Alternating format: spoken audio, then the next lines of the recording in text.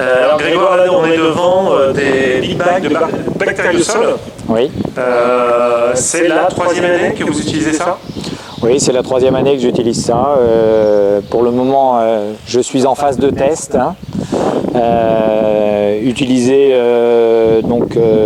J'ai 3 parcelles sur lesquelles j'ai des bandes de 2 hectares qui sont fertilisées avec ça, et puis avec un autre produit en comparaison, et puis une partie sans rien, pour voir un petit peu comment évoluent les sols et si on voit des choses sur le long terme. Donc sur les 2 premières années, première année on était sur des betteraves, donc pas beaucoup de recul et on n'a pas fait de pesée. Par contre l'année dernière on était sur céréales. La chose que je peux dire aujourd'hui, c'est que on avait un bien meilleur développement de la plante entre le témoin non traité et ce produit-là et son concurrent, qui était de l'actif tonique de chez Bio3G. Très peu de différence entre les 2 produits à 1 quintal près. Voilà, et on avait un gain d'environ 5 quintaux par rapport au témoin.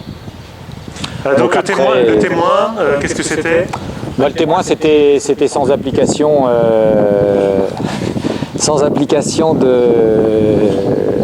d'engrais, donc avec... C'est-à-dire, par exemple, sur les blés, il y avait de l'azote, une fulmure azotée normale. Oui, une fulmure azotée normale. Mais pas de phosphore ni de potassium, c'est ce que vous voulez dire. Pas de phosphore ni de potassium, voilà. Alors ça, le bactériosol est censé améliorer la vie du sol et libérer les éléments dont la plante a besoin par les ferments et les bactéries qui sont Mais en aucun cas, le bactériosol ne vient remplacer l'azote.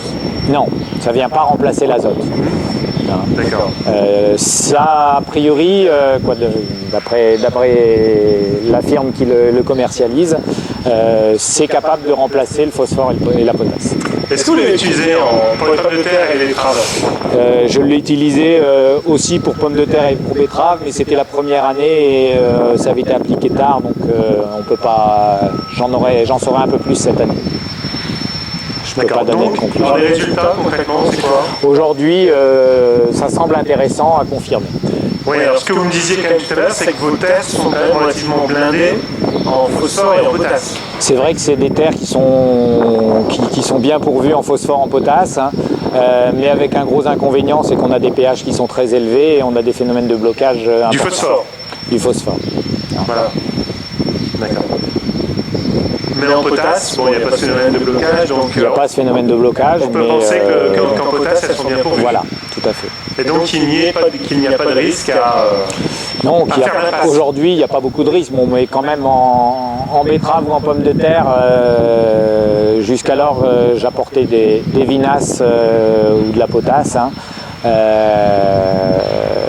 Donc, j'ai réduit fortement les apports, mais je me laisse toujours une petite fumure pour amener si jamais il y a des problèmes d'alimentation. D'accord, donc vous avez réduit les fumures de vinasse. Tout à fait. Hein, mais vous apportez le bactériosol.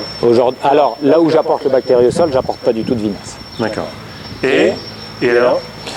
Aujourd'hui, je vous dis à confirmer, on n'a pas, je ne vais pas vous dire ce que j'ai pas pu vérifier encore, donc j'attends de voir et je me donne quelques années avant de pouvoir tirer une conclusion.